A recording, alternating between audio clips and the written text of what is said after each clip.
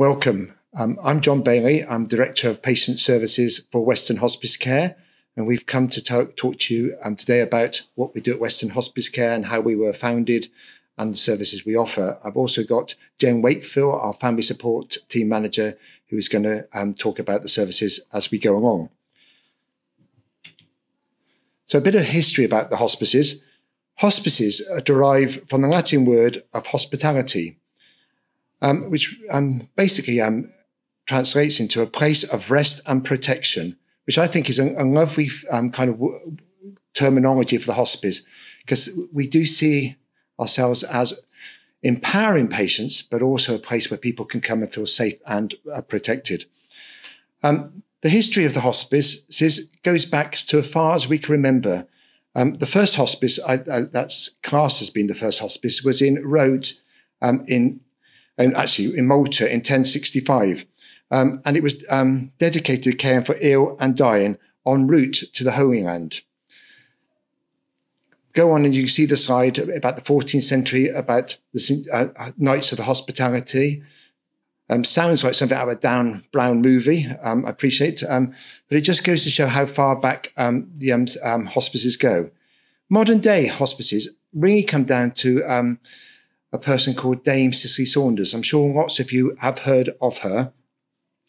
She was a lady who was a social worker originally, who then went on to train as a doctor. She worked in hospitals and saw people dying in hospitals in the bed in the corner. And when emergencies happened, people would obviously run. If there was a big bleed or things like that, people would run and sort that person out and would often forget about the patient who was dying in the corner. She didn't want this to happen. And I guess to some of you watching this, that still rings a bit true today. And she got credited for founding the first modern hospice in 1967 called St. Christopher's. In fact, it wasn't the first hospice, even in England. The first hospice was actually St. Joseph's, which was also in London. I think what's important is that hospices aren't buildings. I think lots of people think that the modern day hospices are buildings. They aren't buildings. They're a philosophy of care. And we still follow Cicely Saunders' philosophy to this day of having this kind of model of total pain. She said that this total pain was both physical, spiritual, psychological, and emotional. And we still see that kind of holistic approach of looking after patients today. I know all you do these days, but it was quite novel in those days, and we still held on very much to that. So important, if nothing else you take away, is the two things I'd want you to take away is that to see people as individuals and not as disease, and hospice has been a philosophy and not a building.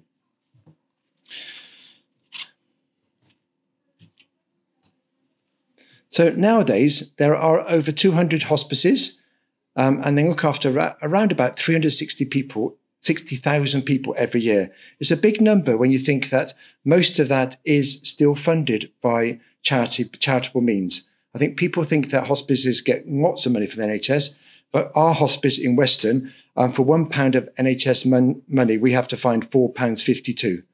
So that's the service you get from our communities. And people knock our hospice shops and things like that, but our fundraising hospice shops, hospices wouldn't survive without them. And I think that's a general kind of thing for all hospices.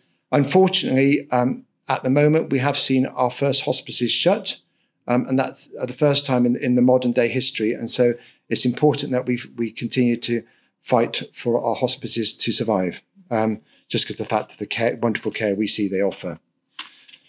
I think you can read all that yourself, and so I'll go on. So a bit about our history. We were founded in 1989. Like lots of hospices, we were founded by a Christian church, and people in Weston got together and said, well, we have hospices in Bristol and we have hospices in Taunton, but actually in Weston, we're quite a big population, and actually Weston is the size of Bath now, don't have a hospice for themselves. And so they got together, and like lots of these things in the prayer group, they prayed and got together and started raising money. Obviously, we were formed by Christian groups, but we would probably argue that lots of people like myself aren't that wonderfully Christian. But we are there to support everyone, whatever religion or creed, and are supported everyone. So I'm very proud that I work for Weston Hospicecare. I think lots of our hospices around are all called St. Christopher's, St. Joseph's, St. Giles, and more local to us, St. Peter's and St. Margaret's. I'm quite proud that we haven't got a saint, so we can be available to everyone. Like all hospices, the original model, which we're going to have to continue to look at how we can move on to keep hospices viable and successful. But the original thing was to have hospice shops. Our first one was opened in 1990, and our day hospice opened in 1991. I often think, when I look back at the history of the hospice, could we start a hospice today? And the answer really is no, I don't think we could. There would be too much red tape. I think, say about our day hospice opened in 1991, it was opened in a church hall. There was no disabled toilets. They used garden chairs to sit on, and that kind of thing. We wouldn't be able to do it now with the system we're in. Like most hospices, we offer the same service as everyone, and we have an inpatient unit which was opened in 1997. It was just added onto a building. We had 5 beds originally, and it was quite hard. But I remember we had a consultant that came down from St. Peter's in Bristol and said, if you have open it, the money will follow. And actually how true he was. We opened at the hospice and the money did come with it. Luckily for us, probably not so luckily for her, a lady called Sybil Jackson Barstow died and left us £3 million. So we were able to, and as you can see the picture here, we were able to build and buy a building and purposely build our inpatient unit. And as it says there, we currently have 143 staff and 655 volunteers. Those volunteers support us in all kind of manners and Jen will tell us more about that as we go on, but there's lots in our shops, but also we have a large number of people who are patient facing. I think we can never underestimate what volunteers do, because when a volunteer visits a patient, the patient knows they are there because they want them to be there. When someone's like myself who's paid to be there, they know I'm paid and I have to go there in a way. So that however good a nurse I can be, it's a very different kind of a relationship they have. And we've talked about the others, about the finances and the community nurses and how many people they care for. I don't want to get too much into numbers because of people watching this who have other hospices around them, and it's just important that you know what the kind of services that hospices provide. This slide was thrown in just to show you the kind of services that hospices offer. It's massive, really, and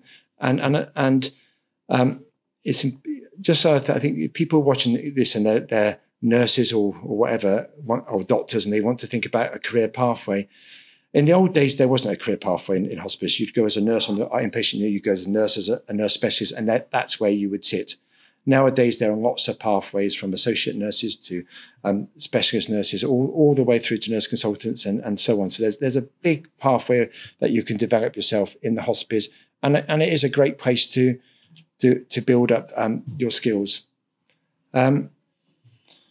So this one is put in just because it's important to know what our vision is, and it's pretty same for most hospices that we want to offer free end-of-life care, top quality care to everyone, and that will be not dependent on disease either. I think it's important that people don't think, I know it's a bit old-fashioned, but people think, oh, the hospice looks after cancer patients. No, it doesn't. It has. Our day service has over 40% of patients who are non-cancer patients, and that's important to take that away as well. And even in Cicely Saunders at St. Christopher's, their first patient was a tram driver who had TB. He wasn't a cancer patient all those years ago. So we talk about Cicely Saunders. This is true. We talk about visions and missions, but this is it will stay true, and it's important that you matter because you are you, and you matter at the last minute of your life. And I think that's so important. I think a couple of examples of that is in our inpatient unit, not long ago, we had a lady who was dying, and she wanted her young daughter to be with her. And so the daughter came. They had pizza nights and the makeup nights and doing their nails, and it was all wonderful. The mess was incredible, but they had a great time. But how important that is, just to be able to share those last moments and have those memories they can make. And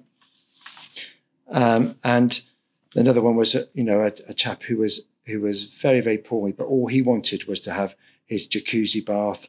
And so he had that, and he was wheeled out on his bed into the sunshine, and his son sat on the end of his bed playing his guitar, singing to his dad, and his dad died. And that's so important that we can meet the people's individual needs.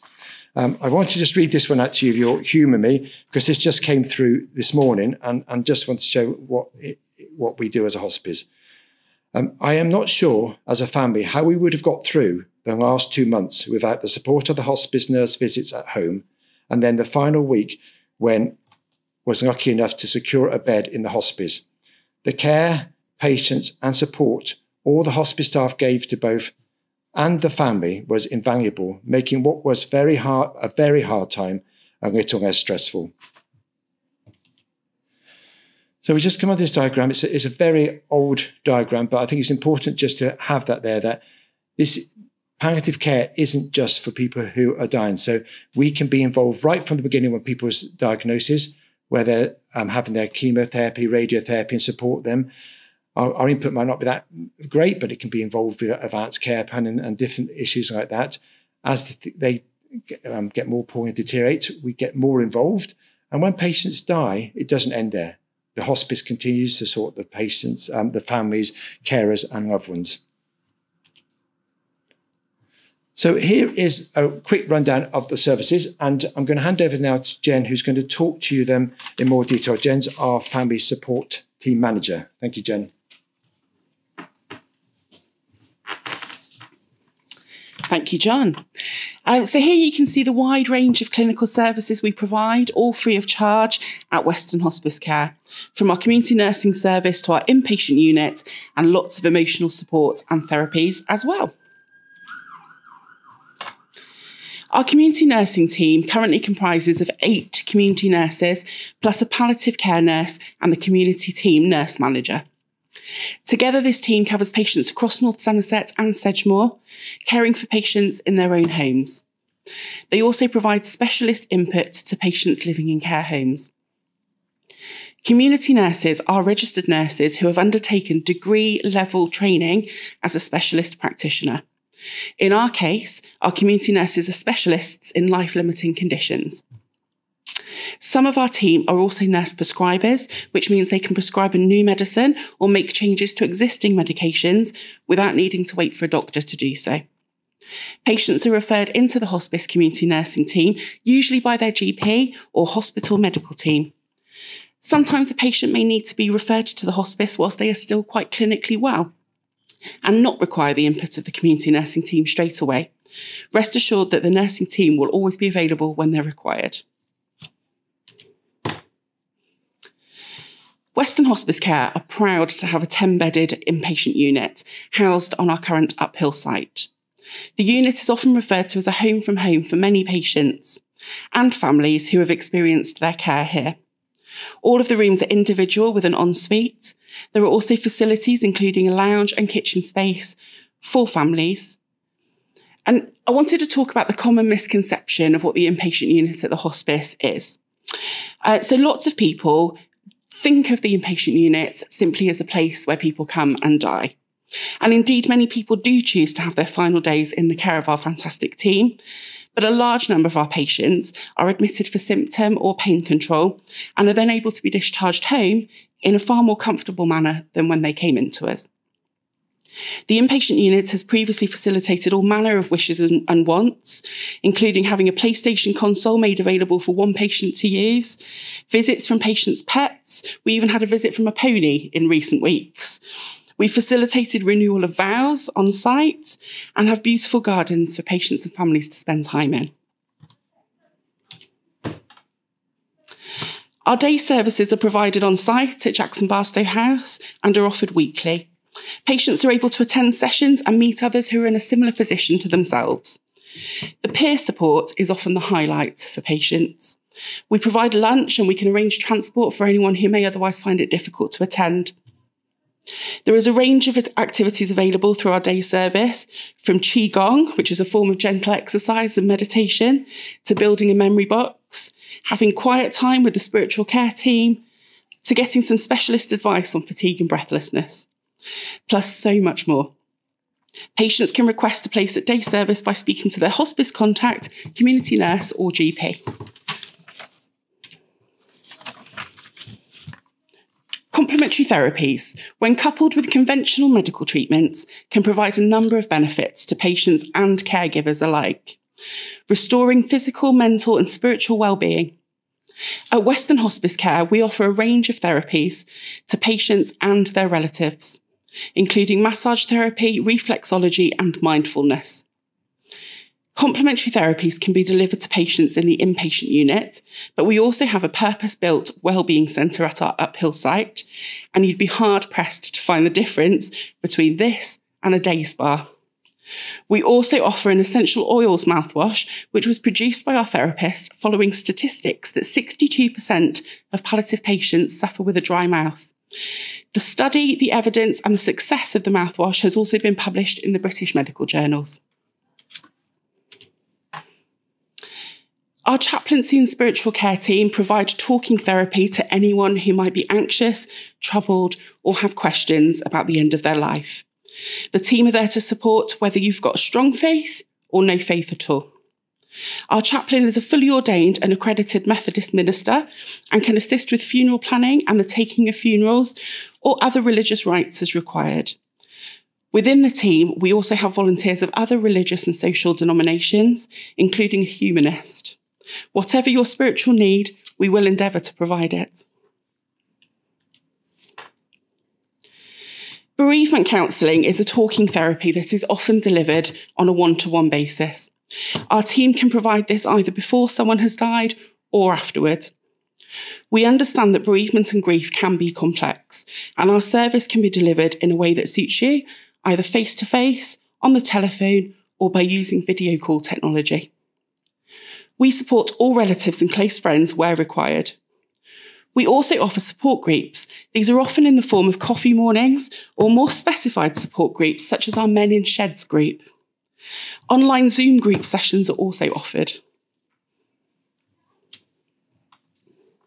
Companions and telephone befrienders are available to anyone who feels they may benefit from just simply having someone to talk to.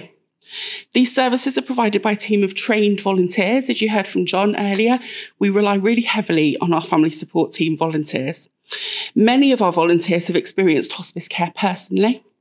They often become friends to patients and families, and relationships are built that can last for many years. The vast majority of our clinical services are funded by charity, from corporate organisations and from the general public. We're incredibly lucky to have an army of supporters across our local area who tirelessly raise money in awareness of Weston Hospicecare.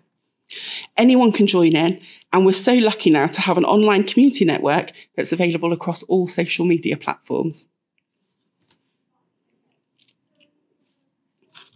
In addition to community fundraising, Weston Hospicecare also offer an opportunity for retail therapy in our shops. They're all located across North Somerset and Sedgemoor. The retail units are quite often a hub for support, a meeting place for people. Many relatives choose to donate clothing or other goods after their loved one has died, and we receive these with compassion and dignity. And our final thought today, as John talked a little about, is what hospice care actually is. We're one organisation locally that can help you or your relative. And it's really important for us to share that hospice care is not a building and it's not one particular service or organisation. It's the way in which we care for anyone who has been diagnosed with a life-limiting condition. At Weston Hospicecare, we aim to help people live as well as they can for as long as they can. I really hope you found the presentation today helpful, and if you're keen to know more or get in touch with us, please do find all of our contact details and further information on our website. Thank you.